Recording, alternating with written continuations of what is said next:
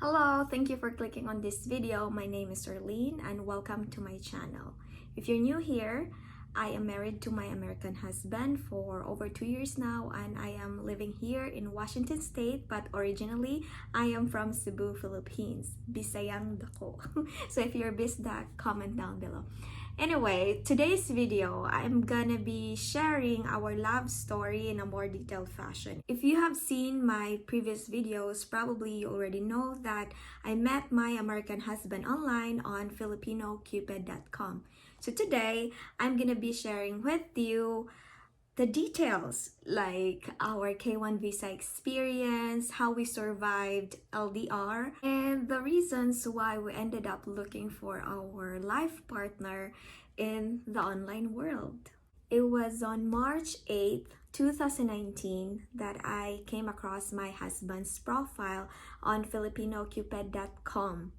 And in July of that year, I turned 28. And in that year also, my husband turned 41. So if you do the math, we are age gap couple of 13 years.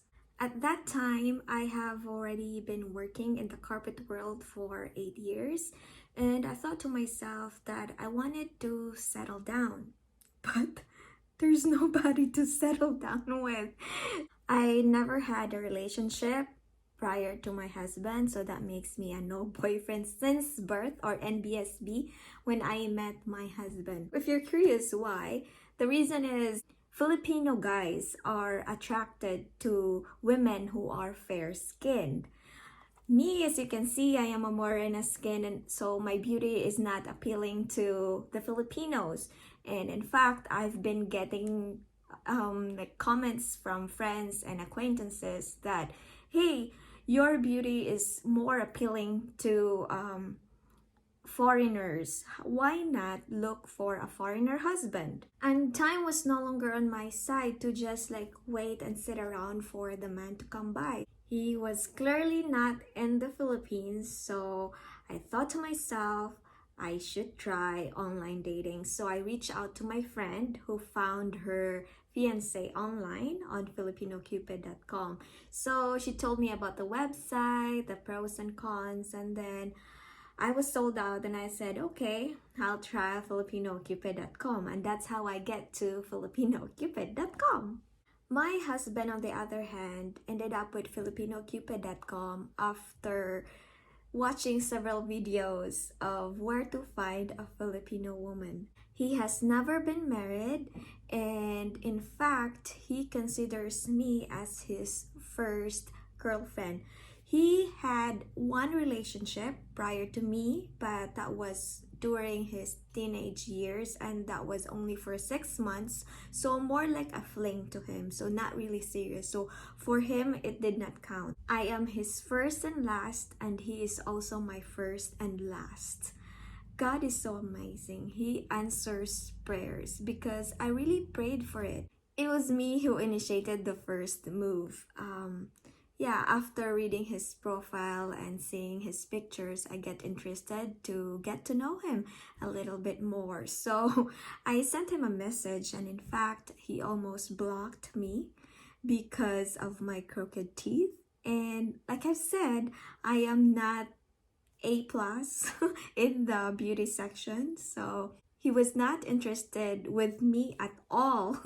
So yeah, at the beginning we were chatting as friends. He was sharing to me his experience in the online dating, and I was also sharing to him my experience in the online dating. Then after chatting for a week or two, he suddenly showed interest to me.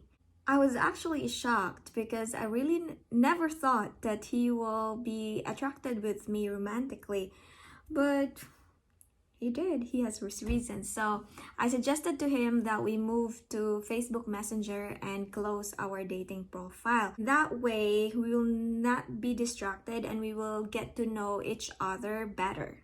And then on May 15, 2019, that was just a little over 2 months after we met online, he flew to the Philippines and surprised me in my office.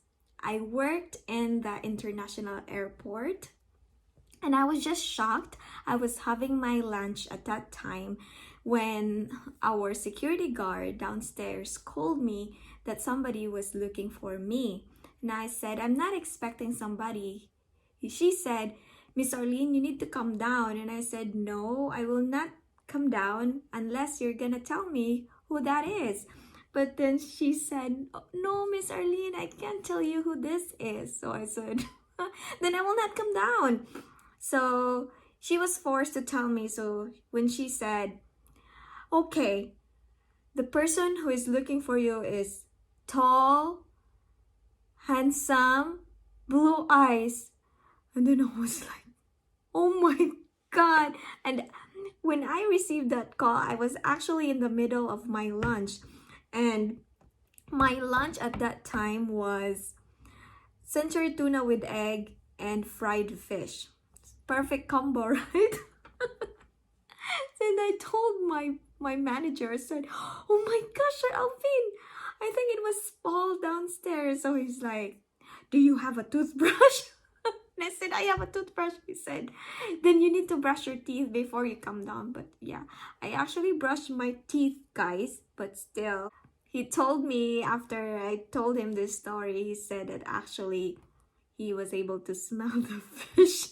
He told me that I had fish breath at that time. So anyway, the toothbrush did not save me. He stayed in Cebu for 5 days, and when he got back to Washington, he started our K1 visa application process. And if you're wondering, we just did it by ourselves. We did it DIY, and I highly suggest that you do it DIY too, because not just saving money, your information is not being shared to somebody else. Because when you hire for an agency, you have to provide the information so they can do the filing for you. So they get to have access to your social security number and your other confidential information. I know agencies, they have already measures in place on how to protect your information, but still, it's good to know that there are no other people who has access to your confidential information. Besides, K1 visa process, guys, is so easy and you can do it. You and your fiance can do it by yourselves. And yes, you have to meet in person. That's one of the biggest requirements in the K1 process. You have to meet in person. So when you get to meet your fiance in person, you have to take a lot of pictures because you need to attach that as a proof of meeting in person. My husband submitted our F-128 form sometime end of May, and then we received the notice of approval June 27. Isn't it amazing? And then on July 1, my husband visited me again in the Philippines because July 2 is my birthday. And on his second visit, he stayed for 9 days. So how did we survive LDR? For me, it was really the video call.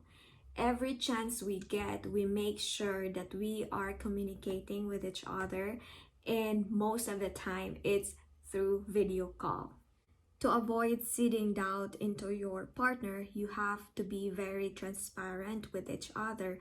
You have to let the other person know what you are doing and what are your plans are. After 5 months from when our petition was approved, I received a notice that I am now ready to schedule my interview at the US Embassy in Manila. So yeah, that was November. And then after 2 weeks from the interview, I received my visa. And then the moment I received my visa, my husband immediately bought the ticket because he really wanted to celebrate the Christmas with me.